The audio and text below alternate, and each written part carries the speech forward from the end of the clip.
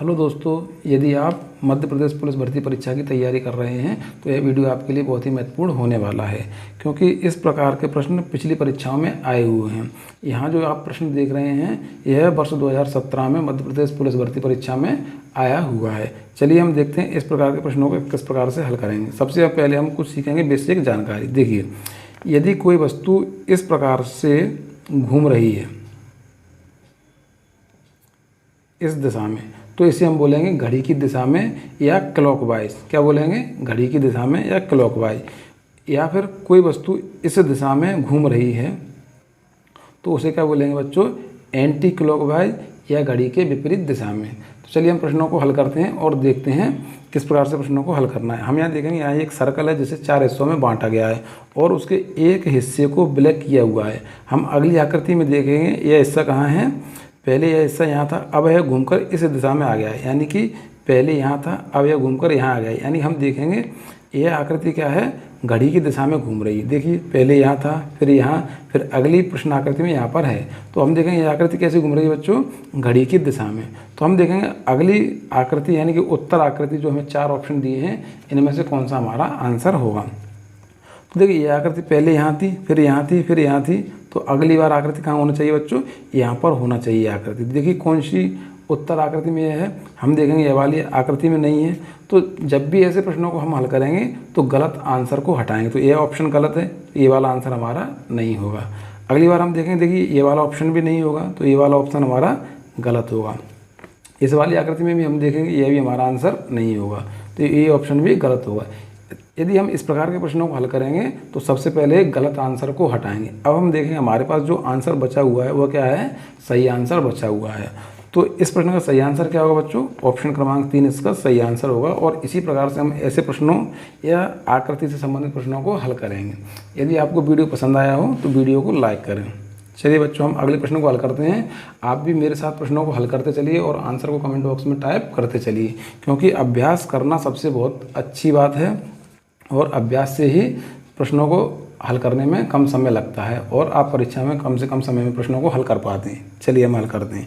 हम देखें यहाँ पर भी एक सर्कल दिया हुआ है जहाँ पर एक हिस्से को काला किया हुआ है। अगली आकृति में हम देखेंगे यह आकृति नीचे की तरफ आ गई, यानी कि यह भी इसी दिशा में यानी घड़ी की दिशा में घूम रही है। अगली आकृति यानी तीसरी आकृति में भी इसी प्रकार से है। तो जब हमें समझ में आ रहा है कि यह घड़ी की दिशा में घूम रही है तो अगली जो प्रश्न आकृति है उसमें यह काली आकृति कहाँ होगी बच्चों? यहाँ पर होगी, इस दिशा में। तो देखिए उत्तर आकृति में कहाँ पर है? देखिए यहाँ पर है, नहीं है, तो ये वाला ऑप्शन हमारा गलत होगा। अगली आकृति में भी हम देखेंगे यहाँ पर भी कोई काली आकृति नहीं है, तो ये वाला ऑप्शन हमारा गलत होगा। इस वाली आकृति में है तो ये हमारा आंसर क्या होगा? सही होगा। लेकिन हम चेक करने के लिए अगली आकृति को भी देखेंगे। देखिए यहाँ पर कोई आकृति नहीं है, तो ये वाला ऑप्शन हमारा नहीं होगा। तो इस प्रश्न का सही आंसर क्या होगा बच्चों? ऑप्शन क्रमांक 3, यानी कि प्रश्न को हल करने या सही टिक करने से पहले हम गलत आंसर को हटाएंगे। चलिए हम अगले प्रश्न को हल करते हैं और कम समय में अधिक से अधिक प्रश्नों को हल करने की कोशिश करेंगे। चलिए, यहाँ आपको प्रश्न दिखाई दे रहा है। आपको प्रश्न हल करने के लिए मैं आपको कुछ समय दे रहा हूँ। आप भी जल्दी से जल्दी हल कीजिए और आंसर को कमेंट बॉक्स में टाइप कीजिए। यदि हल करने में आपको समय लग रहा है तो आप वीडियो को रोक कर भी हल कर सकते हैं। चलिए हम देखेंगे, यहाँ पहली आकृति में कोई भी त्रिभुज नहीं है, लेकिन हम देखेंगे अगली आकृति में 3 त्रिभुज बने हुए हैं, 1, 2 और 3। हम तीसरी आकृति में देखेंगे 1, 2, 3, 4, 5, 6 त्रिभुज बने हुए हैं। तो देखिए पहली में खाली, यानी कि उसके बाद अगली आकृति में कितने हैं? 3, अगली आकृति में 6, यानी कि हम देखेंगे सभी आकृति में 3 त्रिभुज की वृद्धि हो रही है, यानी 3 त्रिभुज बढ़ रहे हैं। तो जब यहाँ एक भी नहीं तो 3, 6, अगली आकृति में कितने होंगे? 9 त्रिभुज होंगे। अब हम सबसे पहले क्या करेंगे? गलत ऑप्शन को हटाएंगे। तो हम देखें यहाँ पर एक सर्कल बना हुआ है आकृति में, जबकि यहाँ किसी भी आकृति में सर्कल नहीं है, तो ये वाला ऑप्शन हमारा गलत होगा।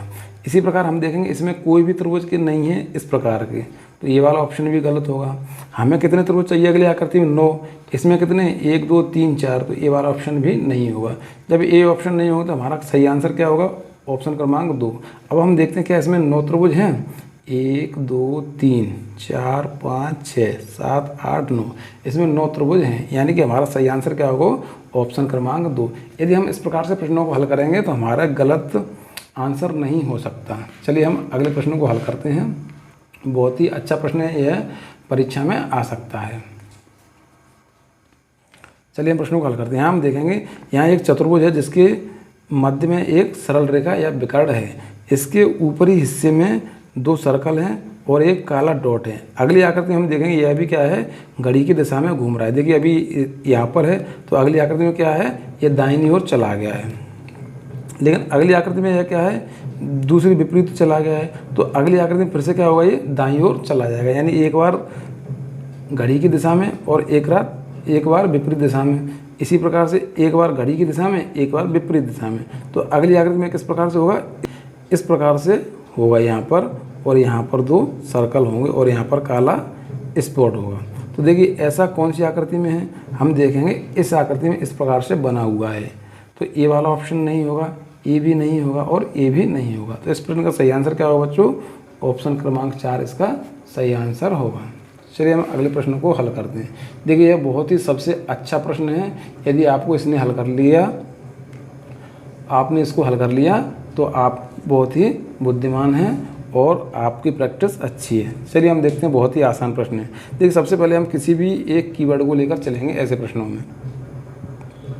हम देखेंगे यहाँ पर एक ब्लैक स्पॉट है जो अगली आकृति में यहाँ पर है, यानी कि यह घड़ी की दिशा में घूम रहा है। देखिए अगली आकृति में ये फिर इस प्रकार से, यानी कि इस प्रकार से घूम रहा है घड़ी की दिशा में। तो अगली आकृति में एक ब्लैक स्पॉट कहाँ होना चाहिए, यहाँ पर। देखिए कौन सी आकृति में है, इस आकृति में है, इसमें है और इसमें नहीं है। तो हम सबसे पहले गलत ऑप्शन को हटाएंगे। अगली आकृति में हम देखेंगे यहाँ पर एक प्लस का निशान है, अगली आकृति में यहाँ पर है और अगली में यहाँ पर, यानी कि यह क्या है, यह भी घड़ी की दिशा में घूम रहा है। तो अगली आकृति में प्लस का निशान कहाँ होना चाहिए बच्चों, यहाँ पर होना चाहिए, जो कि इस आकृति में नहीं है। तो ये वाला ऑप्शन भी नहीं होगा। अब हम देखेंगे यहाँ बीच में क्या है, ये दोनों रेखाएं एक दूसरे को काट रही हैं, लेकिन इस आकृति में हम देखेंगे ये रेखाएं एक दूसरे को नहीं काट रही, यानी ये वाला ऑप्शन भी गलत होगा। तो इस प्रश्न का सही आंसर क्या होगा बच्चों, ऑप्शन क्रमांक 3 होगा। इस प्रकार से हम प्रश्नों को हल करेंगे और सही आंसर को आसानी से ढूंढ पाएंगे। चलिए यदि वीडियो पसंद आया हो तो लाइक करें और चैनल को सब्सक्राइब करें। धन्यवाद बच्चों।